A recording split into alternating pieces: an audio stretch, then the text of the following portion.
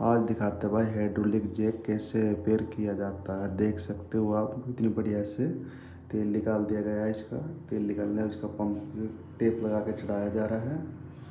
इसकी अब पंप की सील डाल दी गई है। सील डालने में इसमें तेल डाल दिया गया है। तेल डालने तब इसकी सील चेंज करी जा रही है। देख सकते हो नई सील डल चुकी है।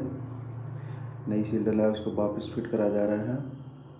वापस फिट हो चुका है। इसका चेकर टाइट कर दिया गया। अब इसको वापस उठा के चेक करा जा रहा है।